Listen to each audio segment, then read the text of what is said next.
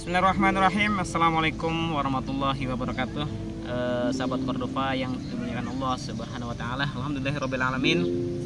Wassalatu ala asrofil anbiya wal mursalin wa ala alihi washabbihi ajmain. Sahabat yang dimuliakan Allah, darah tinggi ya.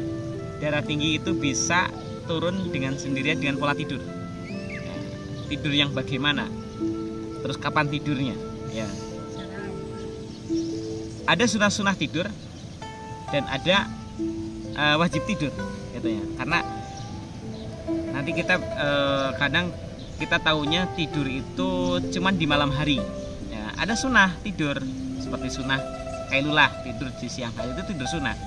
Kalau malam wajib lah kita tidur karena wajana laila libasa, wajib tidur kalau kita tidak punya kegiatan, tidak punya kerjaan yang mendesak.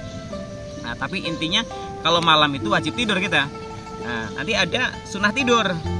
Sunah tidur mungkin caranya dan atau mungkin waktunya. Ada waktu untuk kita melakukan tidur nyunah gitu ya. Nah, nanti saya terangkan di sini kok bisa tidur itu bisa menurunkan darah tinggi ya. Dimana darah tinggi itu adalah ketegangan ya. Ketegangan yang terjadi akibat apa? Mungkin karena penyempitan ya, penyempitan dari pembuluh darah itu sendiri. Bisa juga karena magma dalam tubuh kita, yaitu apa tuh? Ginjal ya. Ginjal itu mengandung magma sifat panas. Itu terlalu besar. Sehingga apa? Cairan energi itu terlalu menekan ke atas. Itu juga jadi hipertensi. Nah, baik karena pembuluh yang menyempit ataupun karena cairan yang menekan terlalu kencang ke atas, itu yang menjadikan sumber darah tinggi. Itu dua-duanya bisa diselesaikan dengan pola tidur. Ya, satu, pola tidur itu ada tiga. Ya, pola tidur itu ada tiga dan dua adalah caranya bagaimana melakukan pola tidur yang tiga tadi. Ya, nanti pola tidur yang tiga pertama adalah tidur malam.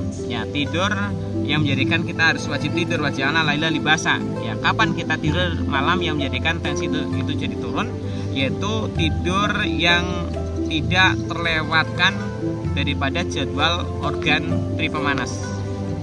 Ya. Apa itu tri pemanas? Tri pemanas itu adalah sanjio pembungkus ya, membungkus semua organ dalam tubuh kita. Nanti ada tiga, atas, tengah, bawah. Ya, atas, tengah, bawah. Nah, itu hidup bangun ya waktu jam berapa? Jam 9 malam. Ya, jam 9 malam. Jadi ketika kita tidur sebelum jam 9 malam, maka kita akan membantu tri pemanas untuk maksimal bekerjanya. Apa? Menghangatkan ruangan-ruangan, baik ruangan organ atas itu ada jantung, paru-paru, ruangan organ tengah ada limpa, liver, lambung, ruangan organ bawah ada ginjal dan usus besar dan usus-usus yang lainnya.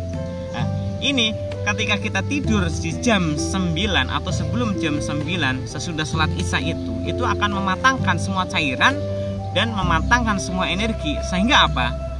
Baik disebabkan tadi karena penyempitan pembuluh darah ya, ketika penyempitan itu karena ada plak, ada lemak. Ketika hangat sanjio maka lemak akan terkuras, lemak akan mencair.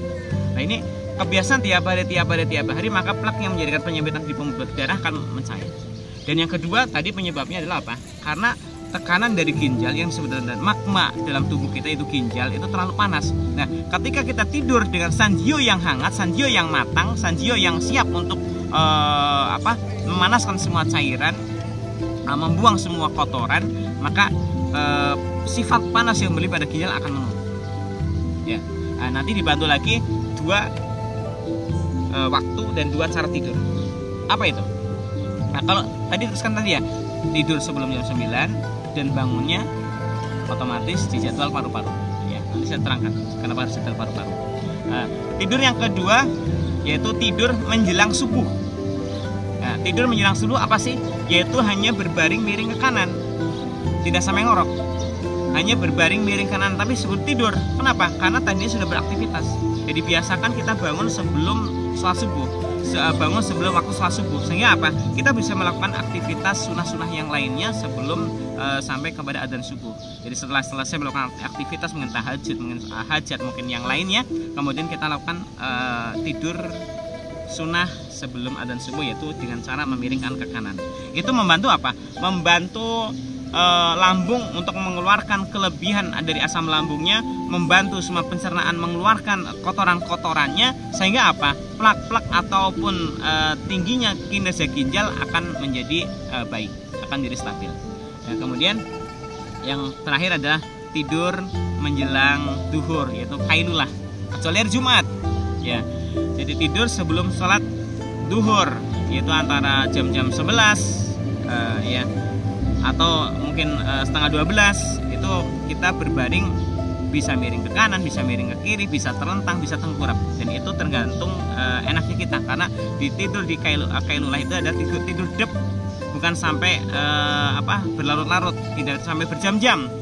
Maksimal itu setengah jam, paling cepat 10 menit, itu hanya dep.